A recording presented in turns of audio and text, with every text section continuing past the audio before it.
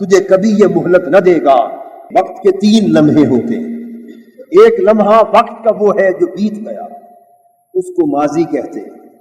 ایک لمحہ وقت کا وہ ہے جو اس وقت حاضر و موجود، اس کو حال کہتے ہیں۔ اور ایک لمحہ وقت کا وہ ہے جو آئندہ آنے والا ہے، اس کو مستقبل کہتے ہیں۔ اے انسان، اگر تو وقت کی ان 3 اکائیوں پر نظر کرے تو تجھے پتا چل جائے کہ جو وقت بیت گیا وہ تیرے ہاتھوں سے نکل گیا۔ جو وقت بیت گیا وہ تیرے ہاتھوں سے نکل گیا۔ تو عمر بھر خواہش کرے تو بیتا ہوا وقت لوٹا نہیں سکتا۔ تو وقت جو تھا وہ گزر گیا، اور رہ گیا آنے والا وقت، وہ کس نے دیکھا ہے؟ اس کی کسے خبر ہے؟ اس کے آنے کا کس کو یقین ہے کہ وہ آنے والے وقت کو پائے گا یا نہ پائے گا؟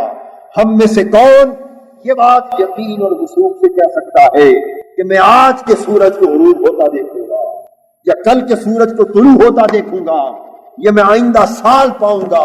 ارے کوئی شخص آئندہ لمحے کی بھی ضمانت نہیں دے سکتا۔ تو دوستو، جو وقت گزر گیا وہ تو لوٹ نہیں سکتا۔ جو وقت ابھی نہیں آیا وہ تمہارے ہاتھ میں نہیں ہے، تمہارے قبضے میں نہیں ہے، تمہیں خبر نہیں کہ تمہیں ملے گا یا نہ ملے گا۔ تو گویا جو وقت گزر گیا وہ بھی تمہارے ہاتھ سے نکل گیا۔ جو وقت آنے والا ہے وہ بھی تمہارے ہاتھ میں نہیں ہے، اور جو وقت تمہارے ہاتھ میں ہے وہ صرف حال ہے، وہ حاضر و موجود ہے۔ اور حال کیا ہے؟ اگر غور سے دیکھو تو حال کا وقت صرف ایک لمحہ قلیل ہے، ایک چھوٹا سا لمحہ ہے۔ اس لیے کہ یہ جو منٹ ہم گزار چکے وہ بھی ماضی ہو چکا، جو منٹ آگے آنے والے ہیں وہ مستقبل کے پردے میں غائب ہیں۔ یعنی اگر 45 منٹ میں نے خطاب کرنا تھا، 50 منٹ میں نے خطاب کرنا تھا، اور میں آدھ گھنٹہ کر چکا، تو جتنا حصہ گزر چکا یہ بھی ہاتھ سے نکل گیا۔ جو 15 منٹ 20 منٹ باقی ہیں وہ بھی ابھی ہاتھ میں نہیں ہے۔ خدا جانے یہ لمحے مجھے میسر ہے یا نہیں۔ تو وہ لمحہ جو مجھے میسر ہے دوستو، وہ تو وہی لمحہ ہے جس میں یہ لفظ بول رہا ہوں، جس میں یہ بات کہہ رہا ہوں، جس میں یہ حرکت کہہ رہا ہوں۔ تو یہ لمحہ تو آنکھ جھپکنے میں گزر جاتا ہے۔ اے انسان ناداں، وقت جو قیمتی تھا وہ گزر چکا۔ وقت جو قیمتی ہے وہ آئے گا، نہ وہ تیرے قبضے میں تھا نہ اب تیرے قبضے میں ہے۔ اللہ نے ایک وقت میں جو وقت تیرے قبضے میں دیا ہے وہ تو صرف ایک لمحہ ہے۔ اگر یہ لمحہ بھی تو نے توبہ کرنے کی سوچ میں گزار دیا، یہ لمحہ بھی تو نے اپنی اصلاح کی سوچ میں بسر کر دیا، یہ لمحہ بھی تو نے اپنے عزائم اور ارادوں کو پاک کرنے کی سوچ میں گزار دیا، غفلت میں گزار دیا، بے دھیانی میں گزار دیا، بے خیالی میں گزار دیا، تو پھر وقت کا کوئی لمحہ تو نے اس سے فائدہ نہ اٹھایا، پھر تو بدبخت رہا، پھر تو محروم رہا۔ بالعصر، قسم ہے زمانے کی، اور گواہ ہے زمانہ تیری حقیقت پر، کہ دیکھ زمانے کی طرف کہ یہ گزرتا جا رہا ہے، اور تو غفلت کی نیند سے بھی تک بیدار نہیں ہوا، اور آنے والا وقت تیرے قبضہ قدرت میں نہیں ہے، تو اس پر بھروسہ کر نہیں سکتا۔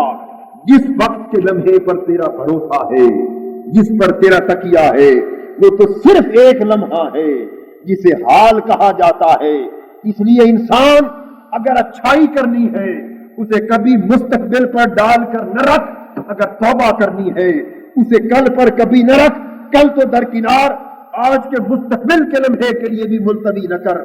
فاستبقوا فی الخیرات، اگر نیکی کرنی ہے تو اسی لمحے کر گزر، خدا جانے اگلا لمحہ نصیب ہو یا نہ ہو۔ اگر کایا کو بدلنا ہے اسی لمحے میں بدل ڈال، اگر احوال کو بدلنا ہے اسی وقت میں بدل ڈال، اس لیے کہ جس حال کے لمحے سے تو نے فائدہ اٹھا لیا وہی تیرے کام کی چیز ہے، اور اگر وہ رہ گیا تو پھر ساری قدر و قیمت تیرے ہاتھوں سے نکل گئی۔ یہ فرمایا والعصر، قسم ہے زمانے کی۔ اور دوسرا مفہوم پھر زمانے کی قسم کھانے کا یہ بھی ہے کہ انسان کو گزرے ہوئے وقت کو بطور عبرت کے، بطور تاریخ کے یاد دلایا جائے، اور کہا جائے کہ دیکھ انسان، یہ زمانہ گواہ ہے، گزرے ہوئے وقتوں کو دیکھ، کتنے کتنے فرعون، کتنے کتنے جابر، کتنے کتنے مستبد حکمران، کتنے بڑے بڑے حامان، کتنے بڑے بڑے قارون اس صفحہ ہستی پر آئے۔ کسی کو دولت اور مال کے نشے کا گھمنڈ تھا، کسی کو جاہ و منصب اور طاقت و اقتدار کا گھمنڈ تھا، کسی کو کثرت مال کا گھمنڈ تھا، کسی کو وسعت سلطنت کا گھمنڈ تھا۔ یہاں سکندر بھی آئے، یہاں فرعون مصر بھی آئے، یہاں ہارون بھی آئے، یہاں قارون بھی آئے، حضرت سلیمان جیسی تخت و سلطنت کے مالک بھی ہوئے، حضرت داؤد جیسی تخت و سلطنت کے مالک بھی ہوئے، اور شرق سے غرب تک حکومتیں کرنے والے برطانوی سامراج کی طاقتیں بھی ہوئی، اور آج بھی طاقتیں ہیں۔ فرد بھی گزرے، قومیں بھی گزری، سڑک بوس محلات میں رہنے والے بھی گزرے، پہاڑوں کو چیرنے والے بھی گزرے، 700 اونٹوں پر خزانوں کے تالوں کی چابیاں رکھنے والے بھی گزرے، بہت گزرے۔ لیکن زمانہ بتا رہا ہے کہ جو اکڑ گئے زمانے نے ان کو تباہ و برباد کر کے رکھ دیا۔ اس میں سے دیکھ کسی کا نام و نشان باقی نہیں بچتا، وہ زمین کے سینے میں دفن ہو گئے، وہ زمین کی غاروں میں ختم ہو گئے، ان کا نام لینے والا کوئی نہیں ہے، ان کو یاد کرنے والا کوئی نہیں ہے، ان کی تعریف کرنے والا کوئی نہیں ہے۔ زمانے بیتے، زمانے نے بڑے بڑے فرعونوں کو اپنے اندر غرق کر دیا، بڑے بڑے طاقتوروں کو اپنے اندر غرق کر کے کمزور کر دیا، بڑے بڑے جاہ و منصب کے مالکوں کو تباہ و برباد اور نیست و نابود کر دیا۔ اس لیے اس زمانے سے ڈر، اس وقت سے خوف کر، اگر اس نے ان کا لحاظ نہیں کیا تو تو بھی اکڑ کے رہے گا تو کل کو تیرا بھی لحاظ نہ ہوگا۔ زمانے کا ہاتھ بہت سخت ہے، زمانے کا پنجہ بہت طاقتور ہے، یہ بڑے بڑوں کو مروڑ کے رکھ دیتا ہے۔ اس لیے والعصر، قسم ہے زمانے کی، انسان اس زمانے کے حادثات کو دیکھ، اس زمانے کے فیصلوں کو دیکھ، اس زمانے کی حقیقتوں کو دیکھ، اس زمانے کے احوال کو دیکھ، اس زمانے کی کیفیتوں کو دیکھ، اور اپنے لیے زمانے کے اسی لمحے حال کو بہتر سمجھ اور اپنی اصلاح کر لے۔ اس لیے کہ وہ لوگ جن کے نام مال و دولت کے لحاظ سے، جاہ و منصب کے لحاظ سے، طاقت و قوت کے لحاظ سے، جبر و بربریت کے لحاظ سے بڑے نہ تھے، جو اس اعتبار سے کمزور دیکھے جاتے تھے، اس اعتبار سے محکوم گردانے جاتے تھے، زمانے نے ان کو تو ہمیشہ کے لیے زندہ رکھا، زمانے نے ان کو تو ہمیشہ کے لیے قائم اور دائم رکھا۔ آپ دیکھتے ہیں کہ ایک وقت تھا کہ یزید بھی ایک قوت تھی، حسین بھی ایک قوت تھے۔ یزید کی قوت اس وقت نشے کے گھمنڈ میں بالکل بے حد و حساب طریقے سے بے مدہوش تھی۔ یزید اپنے اقتدار پر، اپنی طاقت پر، اپنی قوت پر، اپنے وسائل پر، اپنی دولت پر، اپنے منصب پر نازا تھا۔ اس نے سمجھا کہ شاید وقت اسی طرح مجھے زندہ رکھے گا، لیکن حضرت امام حسین ظاہراً دیکھنے میں شہید ہو گئے۔ ظاہراً اس بدبخت نے سمجھا کہ میں نے حسین کا نام صفحہ ہستی سے مٹا ڈالا، لیکن نہیں، وقت فیصلہ کرنے والی حقیقت ہے۔ وقت گزرا، یزید کا نام و نشان وقت نے مٹا دیا، اور اسی وقت نے حسین کو ہمیشہ کے لیے زندہ بنا دیا، حسین کو ایک تحریک بنا دیا، حسین کو ابدی حقیقت بنا دیا، حسین کو قوام اور دوام کے ساتھ تعبیر کر دیا۔ تو یہ وقت ایسی شے ہے کہ یہ باطل کو کبھی پنپنے نہیں دیتا۔ باطل چند لمحوں کے لیے تو اکڑ سکتا ہے، جھوٹ کچھ لمحوں کے لیے تو زندہ رہ سکتا ہے، ظلم کچھ لمحوں کے لیے تو جاری رہ سکتا ہے، لیکن یہ وقت بہت بڑا انصاف پسند حقیقت ہے۔ یہ ظلم کو ختم کر دیتا ہے، یہ جبر و بربریت کو ختم کر دیتا ہے۔ وقت کے ساتھ زندہ وہی رہتا ہے جس کی بنیاد سچائی پر ہوتی ہے، جس کی بنیاد صداقت پر ہوتی ہے، جس کی بنیاد حقانیت پر ہوتی ہے۔ اس لیے قسم کھائی وقت کی اور انسان کو متوجہ کیا اپنی اصلاح کی طرف، گزرے ہوئے وقتوں کی یاد دلا کر، گزرے ہوئے زمانوں کی تاریخ اپنے سامنے رکھ کر کہ انسان ذرا وقت کی تاریخ کو دیکھ، زمانے کے احوال کو دیکھ اور زمانے کے فیصلوں کو دیکھ۔ تو دیکھ کہ یہ زمانہ تجھے زبان حال سے بتا رہا ہے کہ حق ہمیشہ زندہ رہتا ہے اور باطل مٹ جاتا ہے۔ تو بس زمانے کے ان احوال کی طرف انسان کو متوجہ کر کے فرمایا والعصر، قسم ہے اس زمانے کی جس سے بڑا فیصل کائنات میں کوئی نہیں، قسم ہے اس زمانے کی کہ عالم خلق میں جس سے بہتر منصف اس صفحہ ہستی پر کوئی موجود نہیں، اس زمانے کی گواہی کی قسم ہے، ان الانسان لفی خسر، کہ بے شک انسان خسارے میں جا رہا ہے، انسان گھاٹے میں جا رہا ہے، انسان نقصان میں جا رہا ہے۔ دوستو، یہ کیا گھاٹا ہے، یہ کیا نقصان ہے، یہ کیا خسارہ ہے؟ کیا یہ مال و دولت کا خسارہ ہے؟ کیا یہ جاہ و منصب کا خسارہ ہے؟ کیا وہ دنیا میں شہرت اور ناموری کا خسارہ ہے؟ نہیں، ایسی بات کا تو کوئی ذکر نہیں۔ انسان خسارے میں، کیوں کہ وہ وقت کو دیکھ کر بھی غفلت کی نیند سو رہا ہے۔ انسان اس لیے خسارے میں ہے کہ وقت اسے جگانا چاہتا ہے لیکن وہ جاگ نہیں رہا، وقت اسے خواب غفلت سے بیدار کرنا چاہتا ہے لیکن وہ بیداری کی طرف آ نہیں رہا۔ انسان مدہوش ہے، انسان اپنی عاقبت سے بے فکر ہے، اپنی آخرت کو بھولا ہوا ہے، اس لیے وہ خسارے میں، اس لیے گھاٹے میں، وہ تکبر میں ہے اس لیے گھاٹے میں، انسان حسد اور عناد میں ہے اس لیے گھاٹے میں، انسان مال کی محبت میں ہے اس لیے گھاٹے میں، انسان جاہ و منصب کی طلب کی محبت میں ہے اس لیے گھاٹے میں، انسان جھوٹی شہرت اور جھوٹی ناموری کا طالب ہے اس لیے گھاٹے میں ہے۔ وہ انسان گھاٹے میں ہے جس نے اللہ کے سوا کسی اور شے کو اپنا مخلوق بنا دیا، جس نے اللہ کے سوا کسی اور شے سے محبت کر لی، وہ گھاٹے میں ہے۔ اس لیے کہ یہی گھاٹا تو زمانہ دکھا رہا ہے کہ جس نے رخ یہ بنایا وہ گھاٹے میں رہے، جس نے رخ اپنی محبتوں کو بدل دیا وہ خسارے سے بچ گئے۔ فرمایا کہ بے شک انسان خسارے میں ہے۔ باری تعالیٰ کیا اس صفحہ ہستی کا ہر انسان خسارے میں ہے یا کوئی ایسا بھی ہے جو خسارے سے بچ گیا ہے؟ سارے کے سارے گھاٹے میں ہیں یا کچھ خوش نصیب ایسے بھی ہیں جو گھاٹے سے بچ گئے ہیں؟ سارے ناکام جا رہے ہیں یا کچھ ایسے بھی ہیں جو کامیابی سے سرفراز کیے جا رہے ہیں؟ سارے ہلاک ہو رہے ہیں یا کچھ ایسے بھی ہیں جنہیں فلاح کی دولت میسر آ رہی ہے؟ جواب ملتا ہے نہیں، انسان خسارے میں ہے لیکن فلاح کی بھی راہیں ہیں، کامیابی کے بھی رستے ہیں، زندگی اور تابندگی کے بھی رستے ہیں۔ کچھ ایسے بھی ہیں جو خسارے سے بچ گئے، کچھ ایسے بھی ہیں جو گھاٹے سے محفوظ کر دیے گئے۔ وہ گھاٹے سے محفوظ ہونے والے کون؟ خسارے سے بچ جانے والے کون؟ فرمایا الا الذین آمنوا وعملوا الصالحات وتواصوا بالحق وتواصوا بالصبر۔ قسم ہے زمانے کی کہ انسان بالعموم خسارے میں، گھاٹے میں ہے، سوائے اس انسان کے، سوائے اس شخص کے۔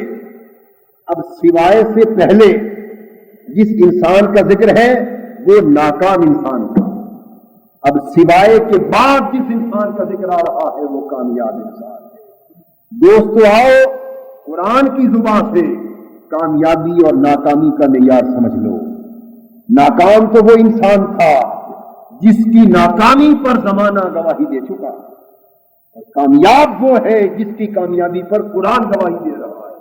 فرمایا الا الذین آمنوا، کامیاب وہ انسان ہے اور خسارے سے بچ جانے والے وہ انسان ہیں جو ایمان لے آئے، جو ایمان لے آئے، وعملوا الصالحات، اور جنہوں نے اچھی سیرت اور کردار کو اپنا لیا، جنہوں نے عمل صالح اپنا لیا، جنہوں نے تقوی اور صالحیت کو اپنا لیا، جو برائی سے بچ گئے، جو ظلم سے بچ گئے، جو اللہ کی سرکشی اور نافرمانی سے بچ گئے، جو اس کے اطاعت گزار بندے ہو گئے، جو اس کے احکام اور فرمودات کو ماننے والے ہو گئے، جنہوں نے اپنی جبین نیاز اس کے احکام کی تحریر پر جھکا دی، جو ایمان لائے یعنی جنہوں نے زبان اور دل سے اسے مانا، اور جنہوں نے پھر ایمان کا تقاضا پورا کرتے ہوئے نیک اعمال کیے۔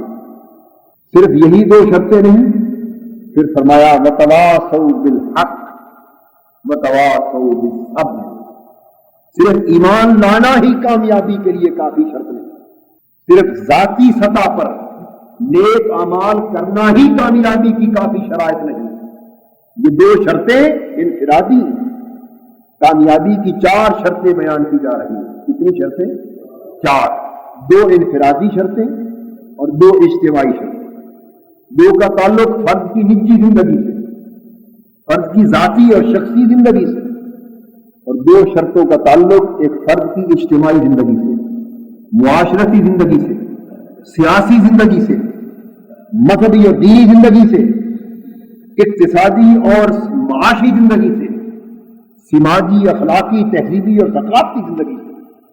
2 شرطیں فرد کی نجی حیثیت میں پوری ہیں، 2 شرطیں فرد کی اجتماعی حیثیت میں پوری ہیں.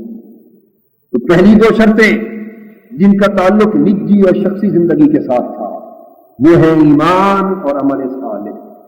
تو صرف ایمان اور عمل صالح کی شرائط پر پورا اترنے والا انسان اللہ کی نظر میں کامیاب انسان نہیں ہے.